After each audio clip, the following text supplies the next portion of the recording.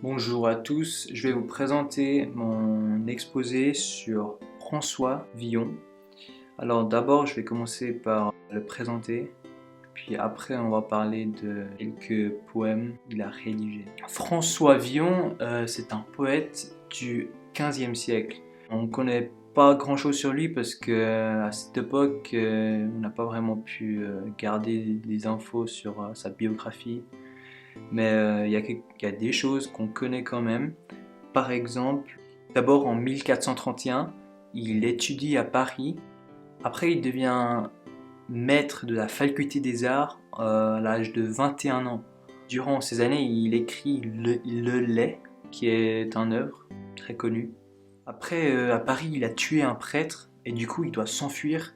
Donc, il va à Charles d'Orléans, qui est à Blois, avec un S. Il reste là pendant très court. Il va pas rester là pendant longtemps. Donc, il a essayé de devenir courtisan, mais ça n'a pas marché. Après 6 ans, il revient quand même à Paris. À la suite d'une nouvelle rixe qu'il a commis, il est condamné à être pendu, mais il réchappe encore. Là, il a eu chaud quand même, il a eu chaud. Donc Villon, après, il est quand même, il est bagne de venir à Paris tout simplement, parce que, à cause de tout ce qu'il a fait. Pendant 10 ans, son œuvre le plus célèbre, c'est la Ballade des pendus. En fait, il a été écrit quand il était en détention.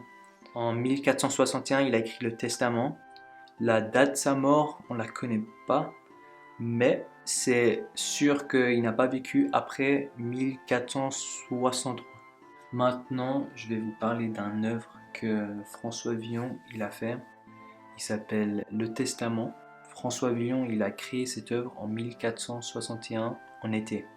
En fait, cette œuvre, c'est un recueil de différents poèmes, dont La Ballade des Dames du temps jadis, Ballade des seigneurs du temps jadis et la Ballade en vieil langage français. Il semble directement s'inspirer de sa vie et son histoire personnelle. Tout en émettant un jugement personnel sur lui-même, le poète propose ainsi une méditation sur différents sujets, comme l'amour, la fuite du temps ou encore sa mort.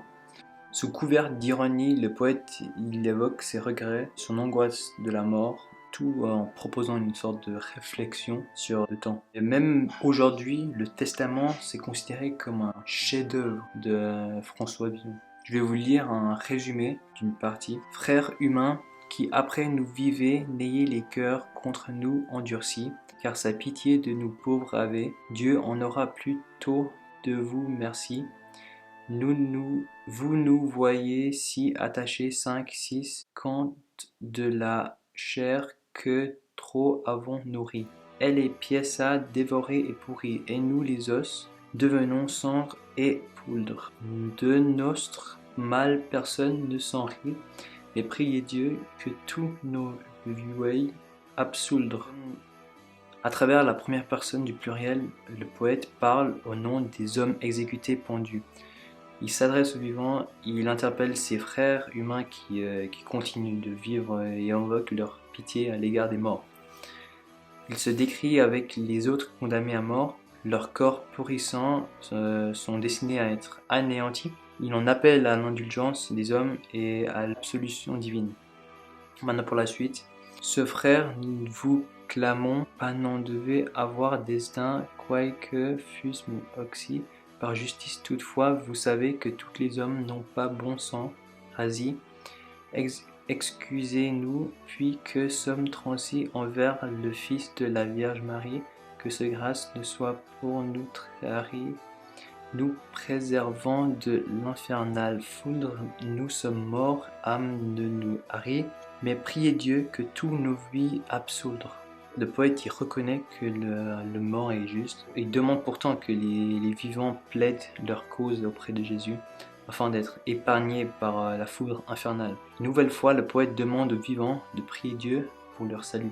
La pluie nous a débués et lavés, et le soleil desséché et noirci, puis pièce corbeau, nouant les yeux cavés et arraché la barbe et les sourcils. Jamais nul temps nous ne sommes assis, puis ça, puis là, comme le vent varie à son plaisir sans cesser, nous charrie, puis becqueté d'oiseaux, que d'aise à coudre. Ne soyez donc de notre confrérie, mais priez Dieu que tout nous voie absoudre. Là, le narrateur il évoque ensuite le sort des condamnés à mort, leur corps abîmé par l'intempérie, enlaidi par l'action des oiseaux, carnassiers, ballottés sans repos. Il peint un triste portrait de leur vie après la mort. Le narrateur déconseille aux vivants d'entreprendre le même chemin qu'eux, qui leur a valu un tel sort, et il exhorte encore une fois à prier pour le salut des morts. Prince Jésus, qui surtout a maîtrise, garde qu'on fait un nez de nous seigneurie. À lui n'avons que faire, ne que soudre. Homme ici n'a point de moquerie, mais priez Dieu que toutes nos vouilles absoudre. Le poète s'adresse pour finir à Jésus, il le prie d'épargner l'enfer et ses tumultes aux condamnés à mort, puis clôturer la ballade, le poète insiste sur le sérieux de son propos, alors qu'on sait qu'il aime à plaisanter dans d'autres de ses chants, et incite une dernière fois les hommes à prier pour que Dieu les absolve tous.